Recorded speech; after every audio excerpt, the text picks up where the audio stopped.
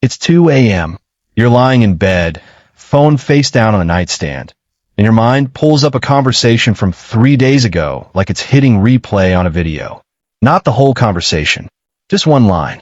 Something you said or something they said, and you're turning it over and over, looking at it from every angle, trying to figure out if it meant what you think it meant. Did that pause before they answer mean something? Should you have said it differently? You run the alternate version in your head, the one where you say the smarter thing, the calmer thing, the thing that doesn't leave this itch under your skin. And somewhere around the fifth replay, you realize an hour has passed and you're no closer to peace. Just more tired and more sure that something is wrong with you for not being able to just let it go.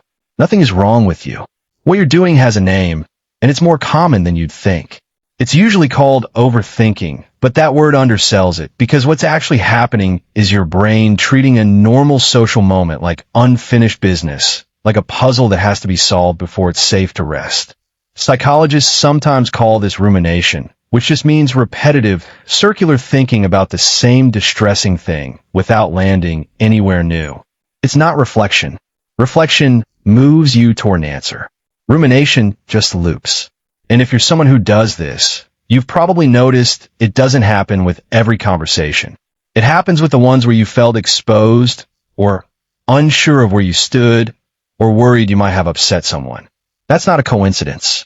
That's a pattern with a very specific job. And the job makes complete sense once you understand where it came from.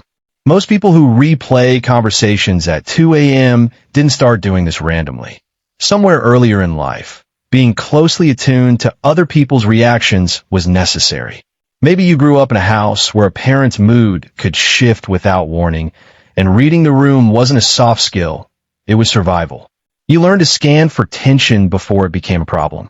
Maybe you were the kid who got criticized for small things, so you learned to pre-check everything you said before you said it, because a wrong word had a cost. Maybe you went through a friendship or relationship where being misunderstood led to real conflict or rejection, and your brain filed that away as dangerous. In all of these cases, the lesson your nervous system absorbed wasn't sometimes people misread each other. It was, I need to monitor this closely because if I miss something, I could get hurt. That's not weakness. That's a very intelligent adaptation to an environment that demanded it. The problem is that adaptation doesn't know the environment has changed. It keeps running the same program long after the original threat is gone. Because as far as your nervous system is concerned, the threat was never resolved, only outlived. There's also a simpler piece of brain wiring involved here, something psychologists call the negativity bias. Human brains are built to give more weight to potential threats than to neutral or positive information. Because across most of human history, missing a threat could get you killed, while missing a nice moment just meant a slightly less pleasant day. So your brain isn't malfunctioning when it fixates on the one slightly awkward sentence in an otherwise fine conversation.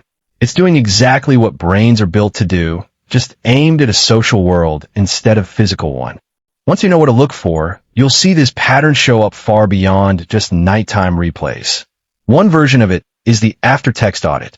You send a message, and the second it's sent, you reread it as if someone else wrote it, hunting for anything that could be misread. If they don't respond in what feels like a reasonable window, your mind doesn't default to they're probably busy. It defaults to I said something wrong, and starts drafting a mental apology for a crime that may not have even happened. Another version shows up at work, usually right after a meeting. You said an idea out loud, and now you're replaying the exact wording, convinced that one phrase made you sound less competent than you wanted to. Meanwhile, everyone else in that meeting has already moved on and is thinking about lunch. A third version shows up in close relationships, where you'll notice a slight shift in someone's tone, and instead of just asking about it, you spend the next few hours building an entire narrative about what you must have done wrong, sometimes even rehearsing how you defend yourself if it came up. And a fourth version is quieter, but just as costly. It's the habit of over-editing yourself before you even speak, softening opinions, adding disclaimers, laughing off your own needs. Also, there's less material later for your brain to potentially replay and regret. In each of these, the common thread is the same. You're treating your own words and other people's reactions as evidence in a case that hasn't actually been opened, except by you. Here's the part that doesn't get talked about enough. This pattern feels like it's protecting you, but over time it quietly costs you more than it saves. The most obvious cost is sleep, because a mind that won't stop auditing the day doesn't get to fully rest, and chronic short or disrupted sleep affects mood, memory, and even how well you regulate emotion the next day, which then gives you more raw material to ruminate about that night. It becomes its own weather system. There's also a cost to your actual relationships, which is the quiet irony of all this. The behavior is meant to protect connection, but constantly scanning for what you did wrong pulls your attention away from what's actually happening in front of you. You can be sitting across from someone you love, physically present, and mentally still back in a conversation from Tuesday. Over time, that starts to feel like distance to the people around you, even though from the inside it feels like you're the one being the most careful, the most considerate, the most aware. Then there's the cost to how you see yourself. Every replay session tends to end the same way, with you as the one who probably did something wrong, said something off, or failed to read the room correctly. Do that enough times, and you build a quiet background belief that you are somehow bad at connecting with people, when the actual evidence, if you looked at it honestly, usually says the opposite.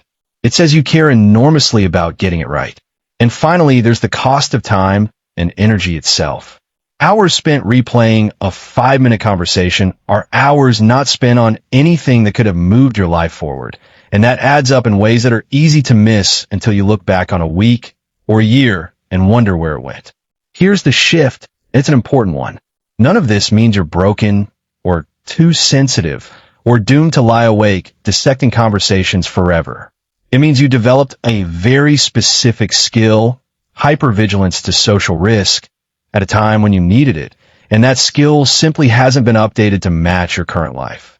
That's actually good news, because skills can be updated.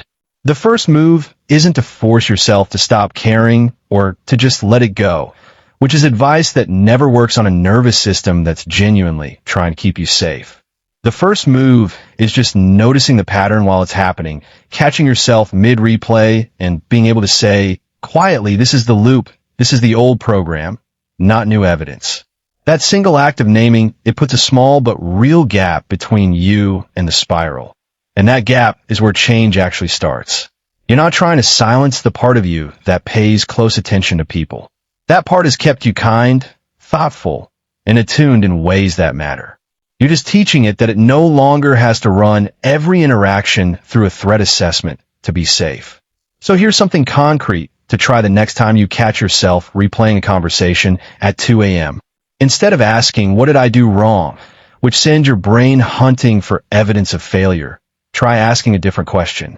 Ask, what would I tell a friend who described this exact moment to me? Almost every time, the answer is something gentle and reasonable. Something like, that sounds fine, you're overthinking it, or you could just ask them directly instead of guessing. Borrowing that outside perspective interrupts the loop, because you're no longer the anxious narrator and the anxious subject at the same time. You're using the compassion you'd give someone else and finally pointing it back at yourself. Do that enough times, and the loop starts losing its grip, not because you stop caring, but because you stop needing to suffer in order to prove that you cared. You were never the problem. You kept replaying at 2 a.m. You were just a careful person who never got taught it was safe to stop checking.